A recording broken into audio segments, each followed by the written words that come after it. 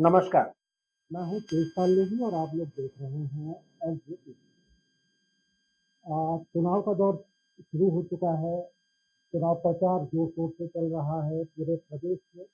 ऐसे में शिमला संसदीय क्षेत्र में भी राजनीतिक गर्मागर्मी अपने पुरजोर सीमा पे है। हम अ, अपने कार्यक्रम आमने-सामने में राजनीतिक दलों के नेताओं से चर्चा कर रहे हैं, उनके मुद्दों पे बात करना चाहते हैं और जानना चाहते हैं कि वो किस तरह से, किस तैयारी के साथ में इस महासमुर में उतरे। आज हमारे साथ हैं भारतीय जनता पार्टी के शिमला संसदीय क्षेत्र के प्रवक्ता और नगर निगम सोलन के पार्षद शैलेंद्र गुप्ता। शैलेंद्र गुप्ता जी से हम बात करना चाहेंगे कि शिमला संसदीय क्षेत्र में भारतीय जनता पार्टी क्या तैयारियां कर रही है और सामने कांग्रेस है, तो कांग्रेस से किस तरह से मुकाबला करने की उनकी अपनी तरफ से तैयारी है। शैलेंद्र जी, बहुत बहुत स्वागत है आपका आमने सामने में। नमस्कार तेजपाल जी, बहुत बहुत धन्यवाद। पहला सवाल वही, क्या तैयारियां हैं? जैसे भारतीय जनता पार्टी, आपको मालूम है, विश्व का सबसे बड़ा हमारा संगठन हमेशा इलेक्शन मोड पे है। जहाँ तक अभी जो हमारे लोकसभा के चुनाव है, इससे पहले हमारे यहाँ पन्ना प्रमुख का जो सम्मेलन है वो कल पन्ना खाती है। इससे पहले विदेश सम्मेलन हो चुका है। ग्राम केंद्र जो हमारे प्रभारी हैं उनका सम्मेलन हो चुका है और उससे पहले हम लोग चुने प्रतिनिधि, चाहे वो नगर निगम में हो चाहे ग्राम पंचायतों में, उनका भारतीय जनता पार्टी हमेशा जो हमारा संगठन है वो रेडी मोड में रहता है। और इस बार जिस तरीके से आपने देखा होगा, विशेषकर हिमाचल के अंदर भारतीय जनता पार्टी जो केवल एक ही पार्टी जो प्रचार करते हुए नजर आ रही है वो सिर्फ है भारतीय जनता पार्टी। दूसरी तरफ से कांग्रेस सिर्फ अखबारों में नजर आ रही है, धरातल पे कहीं भी कांग्रेस पार्टी नजर नहीं आ रही। 2 दिन पहले से हमारा जनसंपर्क अभियान भी शुरू हो चुका है। जनसंपर्क अभियान में हमारे जो कार्यकर्ता लोग हैं वो लोगों के घर जाकर भी उनको संपर्क करना शुरू कर दिया, जबकि लगभग 1 महीना हमारे चुनाव को पड़ा है। करण जी, ये बात सही है कि 1 महीने का समय अभी बचा है, लेकिन चुनाव की घोषणा से पहले जो स्फूर्ति और जो तेजी दिख रही थी राजनीतिक में, क्या वजह होगी कि इसको भाजपा की बात नहीं कर रहा है, कांग्रेस की भी जो गहना गहनी जो चुनाव से कुछ पहले होनी चाहिए थी वो दिखाई नहीं पड़ रही है, कुछ कभी तो लग रही है वजह। लेकिन जहाँ तक भारतीय जनता पार्टी की है, मैंने जैसे आपको काम दिलवाए, हमारे यहाँ पन्ना प्रमुख से लेके हमारे यहाँ सबसे छोटी इकाई जो होती है वो होती है बूथ अध्यक्ष, फिर बूथ का पालन, फिर बीएलए जो बूथ लेवल जो एजेंट होता है, बीएलए जो हमारा होता है, ये सबसे छोटी इकाई है। हमारे यहाँ 2 महीने पहले से वो ही लोग एक्टिव हो गए और उनका एक यूनाइटेड वो होता जिसको 3 डेज, 3 डेज का भी सम्मेलन हो चुका। और जिस तरीके से केंद्र में जो भारतीय जनता पार्टी की 400 सील में 4 सील जो है वो हिमाचल से भी इस सांसद में, आगामी सांसद में किसी भी, ये भारतीय जनता पार्टी के शासक कांग्रेस की जानती है कि वो 4 सीटें नहीं जीती। ये बात तो सही है कि कांग्रेस भी जानती है कि 4 सीटें नहीं जीतेगी, लेकिन भारतीय जनता पार्टी 4 ही सीटें जीत रही है। नहीं, वो चुनाव भी जीते क्योंकि चुनाव जीतेगा। हाँ, तो ये तो चलिए विधानसभा का है, उस पर हम चर्चा करेंगे, लेकिन बाद में एक और सवाल है कि खासकर जब हम शिमला की बात करते हैं, आप इसके प्रवक्ता हैं शिमला के। शिमला संसदीय क्षेत्र में भारतीय जनता पार्टी ने वही देनी थी जो 2019 से 14 में दिखाई पड़ रही थी। इसमें थोड़ा सा कमी दिखाई पड़ रही है। आपको जानने के लिए सब लोग एक ही से थे और एक ही लक्ष्य थे। लक्ष्य सबका ये है कि माननीय प्रधानमंत्री जी जो है वो तीसरी बार शपथ ले और इस लक्ष्य से कोई भी दाएं बाएं नहीं है। कोई छोटा मन मुटाव अपना किसी का मुझे नहीं मालूम, यदि आप कह रहे तो हो सकता है, लेकिन सबका एक ही लक्ष्य है कि ये जो हेड का है ये लगे और माननीय प्रधानमंत्री जी तीसरी बार इस देश के प्रधानमंत्री बने। इसमें किसी को ना शक है, ना शुबा है, ना कोई मतभेद है, ना मन में। अच्छा शैलेंद्र जी, एक 2014 में ये माना गया कि मोदी मैजिक चला पूरे देश में। इस बार मोदी मैजिक का सहारा या फिर साफ तेजपाल जी देखिए, ये दोनों चीजें पूरक हैं एक दूसरे की तरह। जब आप कोई कार्य करते हैं और पूरी निष्ठा के साथ कार्य करते हैं, मेरा मानना ये है जो यूपीए 1 और 2 का कंपैरिजन एनडीए 1 और 2 के साथ है।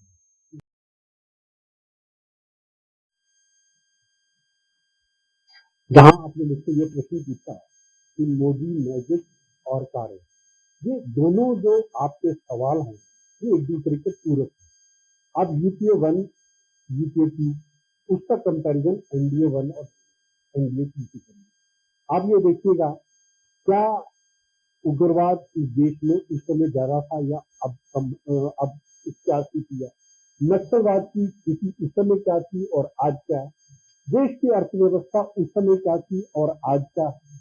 जहां तक इंफ्रास्ट्रक्चर की बात है, जो नेशनल हाईवे और रोड वगैरह बनाने की बात है, उस समय क्या थी आज स्थिति क्या है, मेडिकल कॉलेज इस समय कितने से आज क्या पोजीशन है। अब और जिस तरीके से मेडिकल कॉलेज के साथ साथ आप ये देखिएगा अब जो हमारा रेल मार्ग की पोजीशन उस समय क्या थी आज क्या है, एयरपोर्ट की पोजीशन आज की उस समय क्या थी, आज रेल मार्ग की स्थिति क्या है। 370 लोग खाब भी देखते थे कि 370 खत्म हो जाएगी, लोग कहते थे यदि 370 यदि उड़ेगी 370 उड़ेगी तो जो ये जो बाहर के देश है वो आपको मतलब तेल तक सप्लाई करना पड़ेगा। इस तरह की बातें उस जमाने में की जाती थी। आज हालत यह हमने 370 भी खत्म की, उसके बाद डॉलर में नहीं परचेज किया तेल को, हमने उसको रुपीज में किया और अपनी शर्तों के साथ किया। रशिया के साथ साथ अरब कंट्रीज में भी हमने दिया, दोनों बड़े जो हैं उनसे कंपटीशन प्राइस पे किया। और राम मंदिर जो 550 साल पुराना जो सपना था, जो कई पीढ़ियां खप गई थी, जो चाहती थी कि राम मंदिर का जो रामलला का जो वो निवास स्थान है उसको स्थापित किया जाए, वो भी बना। तो ये जो है जो हमने जो काम किए एनडीए के टाइम में, उसका कंपैरिजन आप खुद कर लीजिएगा तो आपको अपने सवाल का जवाब अपने आप मिलेगा। हाँ, मोदी मैजिक के साथ में काम भी जवाब डालेगा नहीं, बिल्कुल बिल्कुल। कुछ जगह पे कुछ दावे इतने बड़े बड़े हुए, जैसे आपने कहा कि कॉलेज में कितने, एम्स कितने, सड़कें कितनी, मैं कहीं सुन रहा था कि हर रोज एक कॉलेज खुल रहा है, जबकि सच्चाई ये नहीं है। इनफैक्ट हर रोज एक कॉलेज नहीं खुल रहा है। या हाँ, अगर चले देश से पूरे, अगर हम हिमाचल प्रदेश में भी आते हैं तो हिमाचल प्रदेश में हालांकि अब 2 साल से सरकार बदली है, इससे पहले बीजेपी की सरकार थी, शिक्षा व्यवस्था जो होनी चाहिए थी, है ना, वो नहीं दिख रही। आसपास के और राज्यों की बात करें तो कहीं ना कहीं हो सकता है कि उत्तराखंड की बात करेंगे अगर आप तो वहाँ पे नया बना है ना, जम्मू कश्मीर की बात करेंगे तो आतंकवाद से शुरू हुआ था। लेकिन हिमाचल अपने आप में एक स्थापित राज्य है और यहाँ पे अभी शिक्षा की सरकारी शिक्षा की जो स्थिति है वो बहुत संतोषजनक तो नहीं कही जा सकती। देखिए जहाँ शिक्षा में एक स्तर से बात जी, वहाँ के लिए आज की डेट में जो कांग्रेस 1.5 साल लेकिन शिक्षा नीति के अंदर जो नकाले की जो शिक्षा नीति थी उसको वो जो जिस तरीके से इतिहास को घुमा फिरा कर और जिस तरीके से अकबर को महान बता कर जिस तरीके से शिक्षा नीति में बताया जा रहा था, मूलतः वो जो हमारी शिक्षा नीति के अंदर पिछले कई वर्षों से उसमें चेंज आया और आने वाले समय में जो हमारी भारतीय संस्कृति थी वो बच्चों को पता चलेगी कि हम कितने महान थे। उससे पहले क्योंकि ये जो मोहम्मद गजनवी और अकबर, इन्होंने उन्हीं लोगों को महान बताया, और जबकि हकीकत यह है कि महाराणा प्रताप, झांसी की रानी, इस तरह के लोगों का, जो लोग जो इतने बड़े बड़े योद्धा थे, वो लोगों के हमारी शिक्षा नीति में बच्चों को के मन में अंकित ही नहीं किया। तो कितना महान देश था और कितने महान लोग थे, और सारी शिक्षा प्रणाली जो थी वो सारी की सारी हिंदुस्तान से सारे विश्व को, हम जो भी विश्व गुरु माने जाते थे, तो उसमें नालंदा विश्वविद्यालय का भी उसमें बड़ा हाथ। तो जो मैकाले की जो शिक्षा नीति आई, और कम्युनिस्टों ने और कांग्रेस ने जिस तरीके से ये घुमा फिरा के शिक्षा नीति को चेंज किया, उससे आने वाले 40-50 साल में हमारे जो नए नौजवान विद्यार्थी हैं, उनके मन में जो सही इंप्रेशन होना चाहिए वो नहीं। नहीं, शिक्षा नीति को आपने सीधे सीधे मैकाले से कहा जो है, ये बात सही है, लेकिन शिक्षा के जो पाठ हैं, जो बच्चों को पढ़ाए जाने चाहिए, जो हमारे कल्चरल, जो हमारा सांस्कृतिक विरासत थी, जो हमारी ऐतिहासिक विरासत थी, वो पढ़ाए जाने चाहिए। झांसी की रानी बचपन में मैंने भी करी, शायद आपने भी करी है। महाराजा महाराणा प्रताप भी करें। हाँ, अकबर को जिस तरीके से गुणगान करके, मोहम्मद गजनी को जिसने सारा बार लूटा, उसका महिमा मंडल करके जिस तरीके से बच्चों को दिखाया जाता है, हमने भी ये पढ़ा। हमें लगा, जबकि उनसे बड़े बड़े योद्धा हमारी इतिहास के अंदर रहे, जिन्होंने घास की रोटी खाकर अंग्रेजों और मुगलों के आगे अपना झुकने नहीं थे। तो उस तरीके का, और जो शिक्षा प्रणाली थी, जो हमारी चिकित्सा व्यवस्था थी शिक्षा प्रणाली के साथ साथ, जो बड़े बड़े वैद्य जिस तरीके से हमारा इलाज करते, वो सारे के सारे जहाँ नालंदा विश्वविद्यालय को जलाया गया, वहां पिछले जो इतिहास को जलाने के अंदर जो मिट्टी का तेल डालने का काम किया, जो मैकाले की जो शिक्षा नीति को किया, वो कांग्रेस ने और कम्युनिस्टों ने किया। ये बात सही है, आपने सही कहा कि नालंदा विश्वविद्यालय ही हमारा एक ऐसा सूर्य कुंड था, है ना, जहाँ से ज्ञान की गंगा बहा सकती थी, उसको नष्ट किया गया। लेकिन अभी जो वर्तमान व्यवस्था जो पिछले 10 साल से हम देख रहे हैं, इसमें विज्ञान की तरफ से कहीं जाते नहीं दिख रहे। हम तो पीछे को लौट रहे हैं, और विज्ञान की कोई अहमियत नहीं है क्या? नहीं, लेकिन मैं आपको इस मामले में बिल्कुल सहमत नहीं। जिस तरीके से पिछले 10 वर्ष इसरो के अंदर पूरी दुनिया में अपना नाम था, जो पिछले 10 साल में हुआ, उससे पहले कहीं जो बड़ी प्लान इसरो में जिस तरीके से पूरे विश्व में आज बड़ी बड़ी कंट्रीज के लोग, चाहे यूरोप में हो चाहे अमेरिका में, सैटेलाइट छोड़ने के लिए वो इसरो से आज एग्रीमेंट करना सकता है। वो जिस तरीके, जो कम कॉस्ट के ऊपर इसरो ने जिस तरीके से सैटेलाइट का निर्माण किया, विश्व में सबसे बड़ी जो छलांग लगाई, चंद्रयान से पहले चाहे हमारा मंगलयान में कमी रही, लेकिन आज सारी दुनिया इसरो को पिछले 10 साल में जितनी गरिमा से देखा जा रहा है, शायद इससे पहले भी। इसका कारण यह है कि उनको जो कंप्लीट बजट और फ्री एंड फेयर काम करने के लिए जो वातावरण दिया है, हमारे जो साइंटिस्ट है, वो अमेरिका में जाकर वो काम कर रहे हैं। जो वो अमेरिका में तो जाए, वो इसरो में अपना योगदान क्यों ना दे? इस तरह का जो वातावरण एनडीए की गवर्नमेंट ने दिया, और प्रधानमंत्री इसरो के मामले में खुद अपनी रुचि लेते रहे। उनके छोटे प्रोग्राम हो, बड़े प्रोग्राम हो, उनको कलेक्टिंग करने के लिए, उनका हौसला बढ़ाने के लिए वो हमें साथ। बाबा रामदेव के कार्यक्रम में 2 केंद्रीय मंत्री भी बैठे, और वो बताते हैं कि हमने बाबा रामदेव उनके साथ में बैठ के, वो कहते हैं कि हमने कोरोना की दवाई निकाल दी है। ये दूसरे बार की बात है। इसी को लेकर सुप्रीम कोर्ट ने अब माफी मंगवाई है, किया है। तो प्रधानमंत्री जी इसरो में जा रहे हैं, बाकी लोग कहीं और ये कर रहे हैं, फिर वो भी माफी लावा भी आ गया है। तो देखिए, ये दोनों विषय बिल्कुल अलग है। जहाँ इसरो की बात है वो अलग है, जहाँ आप आयुर्वेदिक चिकित्सा की बात करते हैं वो विषय बिल्कुल अलग है। आयुर्वेदिक चिकित्सा के अंदर आपको एक चीज से मानना है, ये जो चिकित्सा थी ये भारत की पुरानी तरीके से है, और उसके बाद इस चिकित्सा के ऊपर भरोसा लोगों का उठ गया। और जिस तरीके से ये जो आपकी ड्रग जो केमिकल इंडस्ट्री है इसलिए इस इंडस्ट्री से बिल्कुल व्यवसायीकरण किया है, उसका व्यवसायीकरण करके जो आयुर्वेद सीखता है। लेकिन जब से योगा के साथ साथ तो ये आयुर्वेदा का जिस तरीके से प्रचार और प्रसार और उसका दोबारा से गरिमा उसकी वापस लगा, इसमें बहुत बड़ा योगदान राम बिल्कुल है। योगा क्या है? योगा के साथ साथ आयुर्वेदा में। अच्छा, आयुर्वेदा में बिल्कुल ये बात मानते हैं कि उनका योगदान है, लेकिन जो ये माफीनामा अभी हुआ है सुप्रीम कोर्ट को और कई अखबारों को उन्होंने छापा है, सुप्रीम कोर्ट ने बाकायदा हलफनामा दिया कि हमने अपने अखबारों में छपा दिया है और हमारा पिछला दावा गलत था। जब ये बातें उन्होंने कही है तो आयुर्वेदा से लोगों का विश्वास उठा है या बना है?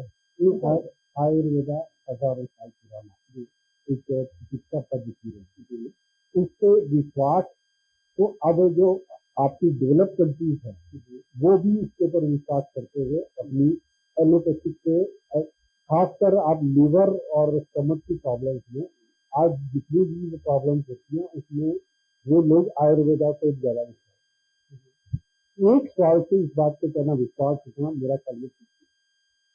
हाँ, ये बात सही है, लेकिन सरकार के मंत्रियों का बिना कंफर्मेशन किए कि वास्तव में ये दवाई ठीक होगी है वहाँ पे जाना ये तो कुछ नहीं करते। देखिए जब वो कोई किसी चीज को दावा करता है, राजनीतिक लोग यदि किसी को दावा करता है और यदि वो लोग उस विचारधारा के हैं तो उसमें वो चले गए और बाद में उन्होंने इसको गलत माना, ये जैसे मेरे ये ध्यान में नहीं है ये, और यदि ये गलत माना तो इसके कई दो केंद्रीय मंत्री है। हाँ, नहीं पर मैं आपको बता देता हूँ कि रामदेव जी के जो इतना बड़ा इंफ्रास्ट्रक्चर खड़ा हुआ था उसके लिए जो इसका सबसे बड़ा योगदान था वो झारखंड के जो मंत्री थे यूपीसी में, मेरा नाम मैं भूल रहा हूँ, और वो वीपी सिंह के टाइम में स्टेट होम मिनिस्टर भी थे, तो ये सारा इंफ्रास्ट्रक्चर को खड़ा करने में इनका सबसे बड़ा। हाँ, मुझे खुद याद है कि रामदेव जी का जब शुरुआत हुई थी तो लालू प्रसाद यादव के लेके तमाम केंद्रीय मंत्री भी वहाँ पे आए थे, लेकिन कोरोना पीरियड की बात करें तो वहाँ पे जो नारायण दत्त तिवारी जी ने सबसे ज्यादा बार बार मंत्री जाए और उत्तराखंड में जो वहाँ उनको बुलाकर वो जो जगह वो उत्तराखंड में नारायण दत्त तिवारी जी ने दी थी। लेकिन देखिए आपको ये मानना पड़ेगा जो इसके पायदान में आयुर्वेदा चला गया था और एलोपैथिक लोगों को एलोपैथिक के अलावा कोई चिकित्सा पद्धति समझ सामने नहीं थी और वो बिल्कुल पैटर्न के पीछे चला गया। उसके पिछले 20 वर्ष रामदेव जी ने बहुत आगे उसका स्थान लिया। यदि ऐसा इंसिडेंट होगा तो इससे मेरा ख्याल ये कहना गलत होगा क्योंकि हम उसके ऊपर विश्वास कहाँ करें आयुर्वेदा पे। ये पद्धति तो हमारे हजारों वर्ष आयुर्वेदा पे रामदेव को विश्वास हाँ वो चलो ये तो खैर बाहर की बात है। हमारी शिमला संसदीय क्षेत्र में जो हो रहा है कांग्रेस के बीजेपी में निर्दलीय विधायकों को बिना चुनाव की घोषणा किए भारतीय जनता पार्टी में शामिल कर लिया गया और उनसे एक घोषणा ये भी की गई कि अब इनको हम बीजेपी का टिकट देते, यानी जो पहले से वहाँ प्रत्याशी थे बीजेपी के वो निश्चित रूप से हारे थे। अगर 3 निर्दलीय है तो विधायक है तो निश्चित रूप से बीजेपी कांग्रेस दोनों को हारे होंगे। अब जब निर्दलीयों को वहां पर टिकट मिल गया, मैं ये सवाल इसलिए कर रहा हूँ कि हमारी ऐसे नहीं कि पुराने कार्यकर्ता थे चाहे प्रत्याशी रहे हो चाहे पदाधिकारी रहे हो चाहे महत्वाकांक्षा हर बच्चे के अंदर होनी चाहिए कि मैं भी मोदी कुछ ऐसा नहीं लग रहा कि विरोधाभास के साथ हुआ और क्योंकि इसके लिए देख लिया निर्दलीयों के चुनाव के लिए कोई देख नहीं आई इस चुनाव के भी लोकसभा चुनाव में नाराजगी सामने आ रही नुकसान तो नहीं हो रहा। देखिए जो राज्यसभा का जो चुनाव हुआ वो सरकार की नालायकी का सबसे बड़ा परिणाम है। सरकार के पास 40 अपने विधायक थे, 3 इंडिपेंडेंट विधायक, कुल मिलाकर इनकी संख्या 43। सरकार 43 से इस चुनाव में 34 कर रही। पर देखो जब ये एक अवधि 5 वर्ष की है और मात्र 1.5 साल में 1.5 साल से भी कम थी, एक सरकार के पास अपने परिवार के सदस्य के अलावा 3 सदस्य जो इंडिपेंडेंट है और उनको सपोर्ट कर रहे हैं, पहले भी उनको सपोर्ट कर रहे हैं, क्योंकि हमारी सपोर्ट कांग्रेस पार्टी, वो लोग वापस वो लोग दिखाकर आपको राज्यसभा में आपके अगेंस्ट चुनाव जा रहे। आप ये देखिए, ये जो सरकार की नलायकी देखिए, यदि ये काम 4 वर्ष में होता, 4.5 में होता तो शायद माना जाता। इतना लंबा कार्यकाल पड़ा हुआ, उसके बीच में ये लोग परेशान होकर इन्होंने देखा कोई डेवलपमेंट के सामने, और जिसके कारण ये लोग इन्होंने इस्तीफा दिया, पहले इस्तीफा दिया, फिर उसके बाद भारतीय जनता पार्टी की सदस्यता ज्वाइन की। आप इसके पहलू को दूसरी तरह से क्यों नहीं कहते, जिन्होंने एक बार चुनने के बाद कांग्रेस पार्टी को सपोर्ट किया, उसके बाद वो उससे खड़े नहीं उतरी पार्टी, तो उसके बाद वो लोगों के बीच में जाने को तैयार हो गए। तो इनकी कितनी बड़ी ग्रेटनेस है कि वो खुद चुनाव में जाने को तैयार हो गए। जो हमारे आपने मैंडेट दिया था उसके ऊपर जब हम चले और उससे खड़े नहीं उतरे, तो उससे पहले हम अपना मैंडेट दोबारा लेके आ रहे हैं। आप इसको दूसरी तरफ से भी तो देखिए, वो लोग दोबारा जनमत के लिए तैयार है। वो अलग बात है कि भी विधानसभा अध्यक्ष इनका इस्तीफा नहीं, तो यदि आप क्यों नहीं इस्तीफा था, जब उन्होंने रिजाइन दे दिया, रिजाइन देने के बाद एक पार्टी की सदस्यता उन्होंने तो कांग्रेस को भी हरा के आए, बीजेपी को भी हरा के आए, उसके बावजूद वो दोबारा जनमत में जाने के तैयार है। कुछ लोग पैसे लेके अंडरग्राउंड काम कर देते, उनसे तो बेहतरीन लोग होंगे।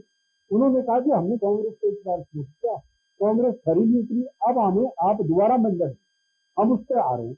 उसके बाद उसकी भाजपा ने उनको सदस्यता दी कि ठीक है आप मैंडेट के लिए आ रहे, तो हम आपको अवसर थे कि उनको टिकट नहीं मिलेगा, नहीं ये कहना पड़ेगा।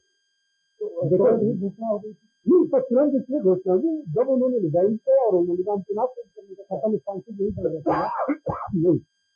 देखिए आप यदि ये रिजाइन ना करते, ये इंडिपेंडेंट ही रहते, तो इनको तो कोई दिक्कत नहीं, सपोर्ट का समस्या बाहर की बात है। हाँ, लेकिन इन्होंने कहा हमने एक स्टेप, हमने मर्यादा में रह के एक स्टेप सत्ता पक्ष को हमने समर्थन दिया, लेकिन सत्ता पक्ष अपने उस पर खड़े नहीं उतर सकते, और उसके बाद हम दूसरी तरफ जाए, उससे पहले जनता से हम अपना जनमत करें, इसका हम ठीक है या करें। जिस दिन ये सारा घटनाक्रम हुआ राज्यसभा चुनाव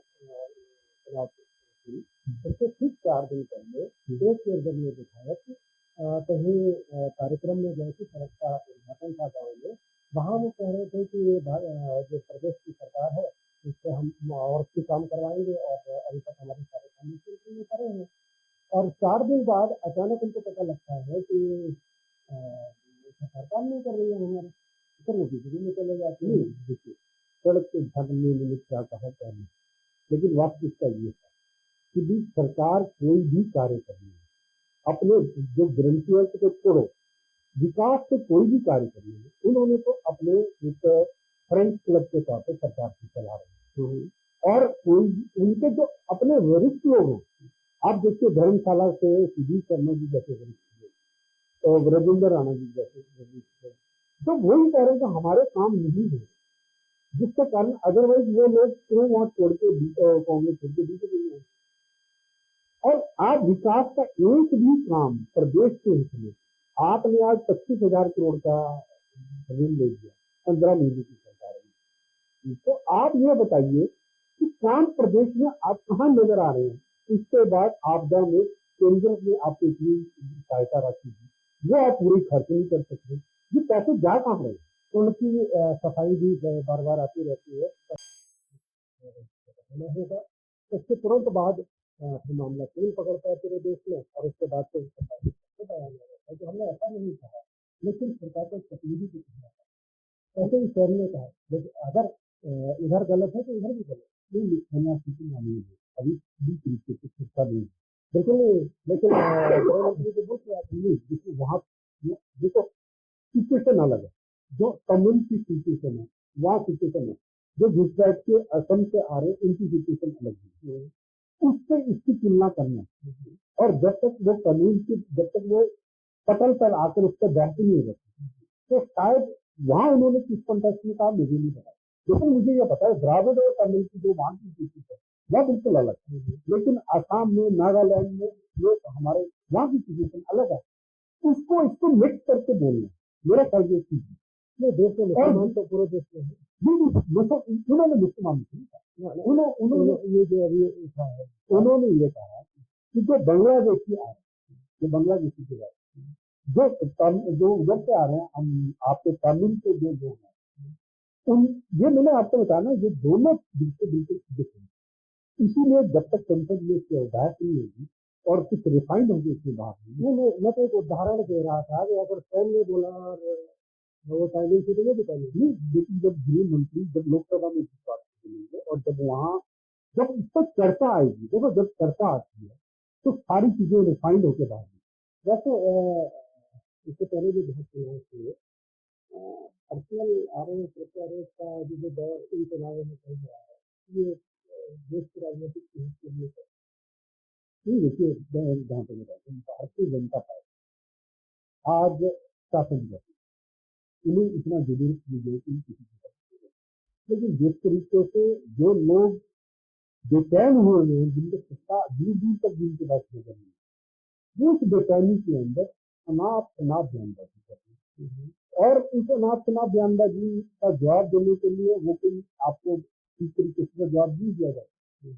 लेकिन मेरा ये मानना है काउंटर जो भी ये जो लोग जिस तरीके से आज परेशान हुए हैं, ये सत्ता से बाहर रह नहीं सकते, विपक्ष में अपनी सकारात्मक भूमिका निभा नहीं सकते। तो ये अनाप शनाप बयानबाजी में दीजिए। हमारी शिमला संसदीय क्षेत्र में जो दोनों प्रत्याशी हैं राज्यसभा से भाजपा कांग्रेस से, दोनों का अपना जो सोशल दायरा है, व्यक्तिगत रूप से तो ठीक है, लेकिन सोशल मीडिया वाला भी कह रहा है कि ये जो एक महत्वपूर्ण भूमिका निभाता है दोनों की अलग भगत नहीं है सोशल मीडिया में, है ना। भारतीय जनता पार्टी सुरेश कश्यप जी का सारा भार जो है अपने कंधे पर लेने की सोशल मीडिया के माध्यम से सुरेश कश्यप जी जहाँ तक मैंने आपको बताया ना कि जो एनडीए वर्किंग जी, अब उनका जो कार्यकाल है वो मात्र 3 वर्ष का है। वो सिर्फ उन्हीं का नहीं रहा कि जो विधानसभा तो सॉरी संसद है, इसलिए 2 साल तो लेकिन जो लगातार हमारी भारतीय जनता पार्टी हजारों करोड़ रुपए के जो काम शिमला संसदीय क्षेत्र में, तो अब वो निरंतर आज भी जबकि वो प्रदेश अध्यक्ष है, लेकिन निरंतर फर्क कितना विनोद सुल्तानपुरी जी जो भी एक तो अपने शिमला के दुर्गम इलाके में जाकर ये बोलते हैं वो एक बार आए हैं आप तो वहाँ वोट मांग लीजिए, वो कोरोना काल में वहाँ सहायता के लिए तो फर्क नहीं होती। अब ये देखिए, ये जो रघुवीर वाली जी है, जब उनको 1 महीने तक कांग्रेस हाईकमान का है कि कांग्रेस से आप चुनाव लड़े, उन्होंने कहा कि मैं पहली बार जीता हुआ विधायक, मैं निगरोटा भगवा की जनता की सेवा करना चाहता हूँ और मैं लोगों को डिप करके अकादमी की तरफ से नहीं जाता। तो क्या ये विनोद सुल्तानपुर जी को पर लागू नहीं होता? ये वो भी पहली बार जीत है। लेकिन जिस आदमी की काम करने की सेवा है, तो वो उन्होंने बोला मैं पहली बार जीत कर आया, मैं निगरोटा भगवा की लोगों की सेवा कर, तो उन्होंने क्या 5 बार परीक्षण कर दिया। तो मेरा ये मानना है ये आगे दौड़ पीछे है, ये हमेशा ना लोगों से संपर्क करते हैं, ना लोगों से मिलते हैं, झूठ के सारे ये अपनी नैया पार कराना चाहते हैं। झूठ कभी भी किसी भी जगह पर आपकी नैया पार नहीं होने देगा। आने वाले टाइम में तो सौलू विधानसभा क्षेत्र से भी भारतीय जनता पार्टी की भारी लीड है। स्मृति ईरानी जी जिस तरीके से पहली बार अमेठी से लड़े, उसके बाद उन्होंने अपने चुनाव क्षेत्र में प्रूव किया और वो बेशक कुछ वोटों से चुनाव हारे, उसके बाद उन्होंने राहुल गांधी जी को हराया। तो इसी तरीके से एक नई जनरेशन को वो ग्रूम करके आगे की ओर ले जाते हैं। स्मृति ईरानी जी का भी कोई एक्सपीरियंस नहीं था राजनीति के अंदर।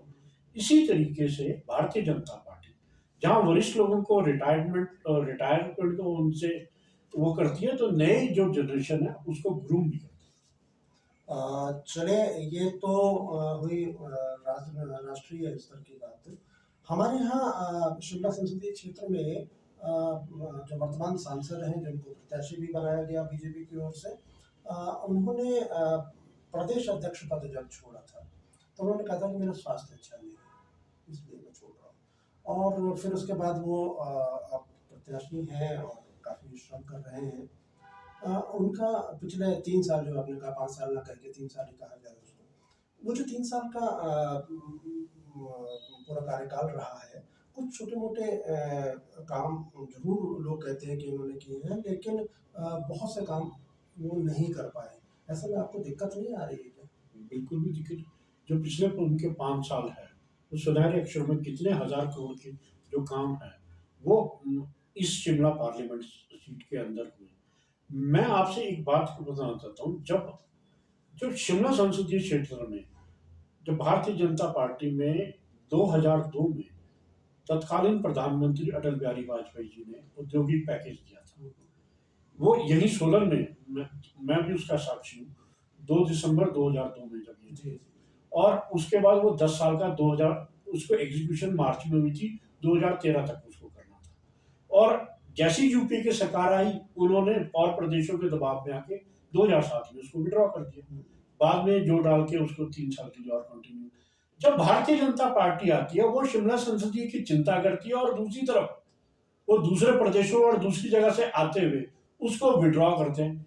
यही सोलन का टोडो ग्राउंड जो है, ऐतिहासिक टोडो ग्राउंड, यहाँ खड़े होकर राष्ट्रीय नेता आपकी प्रियंका गांधी जी बोलती हैं, हम महिलाओं को 1500 रुपए देंगे। और यही सोलन जहां आकर आनंद शर्मा जी कहते हैं, ये 1500 कैसे देंगे, मुझे तो मालूम नहीं। ये जो मतलब शिमला संसदीय क्षेत्र का जो अपेक्स बना, मैं ये कुछ बातें, कुछ घटनाएं आपके सामने रखी है। शिमला संसदीय क्षेत्र और हिमाचल की जो हितैषी है, वो हमेशा भारतीय जनता पार्टी ही रही है। इन्होंने झूठी घोषणाएं करके, और उसको इन्हीं के बड़े नेता, जो केंद्र के नेता, वो खुद सोलन में काउंटर करके कि जब 1500 कहां से देंगे, मुझे तो आज तक समझ ही नहीं आई ये घोषणा कहां से कर रहे हैं। और ये ऐतिहासिक ग्राउंड जहां सबसे पहले ये घोषणा की गई थी कि महिलाओं को 1500 रुपए देंगे, 26 लाख महिलाओं को 1500 से आप खुद वो गुना करके देख लीजिए, क्या ये पॉसिबल है? इस तरह के झूठे वादे करके, और भारतीय जनता पार्टी ने हमेशा इस संसदीय क्षेत्र को, इस प्रदेश को और इस देश की गरिमा को आगे रखा है। और यही कारण है कि भारतीय जनता पार्टी का कहीं कांग्रेस के साथ कोई मुकाबला नहीं है। चारों की चारों सीटें लाखों मतों से जीतेंगे, और यह आने वाला जो समय है, यह आपको बताएगा। तो ये थे भाजपा के शिमला संसदीय क्षेत्र के प्रवक्ता श्री शैलेंद्र गुप्ता जी, जो बता रहे थे कि न सिर्फ शिमला बल्कि हिमाचल की चारों सीटें भारतीय जनता पार्टी जीतेगी, और प्रधानमंत्री के 400 सीट जीतने का जो उन्होंने लक्ष्य दिया है, उस 400 की माला में 4 कमल हिमाचल प्रदेश से भी जुड़ेंगे। उनको, भारतीय जनता पार्टी को और शैलेंद्र गुप्ता जी को बहुत बहुत शुभकामनाएं। मिलते हैं अगले इंटरव्यू में, जिसमें हम बात करेंगे जो शैलेंद्र गुप्ता जी ने सवाल उठाए उनको लेकर कांग्रेस के प्रवक्ता या किसी बड़े नेता से। तब तक के लिए नमस्कार।